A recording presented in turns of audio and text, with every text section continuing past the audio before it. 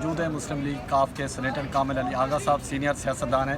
سب سے پہلے تو سر آپ کا بہت بہت شکریہ، آپ نے وقت دیا۔ سر پنجاب کی سیاست کو کس طرح دیکھ رہے ہیں، کیونکہ آج کل ہارٹ ٹاپک بنا ہوا ہے کہ وزیر اعلیٰ اسمبلیت تحلیل کر رہے ہیں نہیں کر رہے، کیونکہ آپ ایک سیاسی جماعت ہیں اور ملک کے بہتر مسائل کے حل پہ یقین رکھتے ہیں، کیا کہیں گے سر؟ میرے خیال میں کوئی بہام تو مجھے نظر نہیں آ رہا، ساری چیزیں کلیئر ہیں۔ چودھری پرویز الہی صاحب نے بڑے واضح الفاظ میں کہا ہے کہ جب کہیں گے عمران خان میں 1 منٹ نہیں، آدھا منٹ بھی نہیں لگاؤں گا، اسمبلیاں توڑ دوں گا۔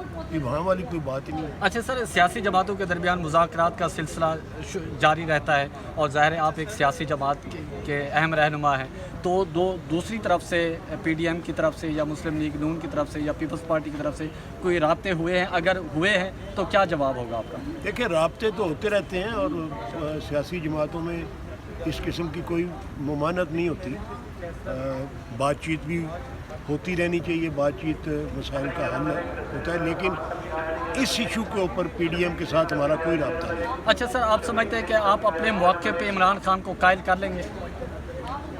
ہم نے اپنا موقف بتا دیا تھا، اس کے بعد فیصلہ عمران خان صاحب نے کرنا ہے، جو فیصلہ کریں گے ہم ان کے ساتھ کھڑے ہیں۔ تو سر چیئرمین سینٹ کا کیا مستقبل دیکھ رہے ہیں؟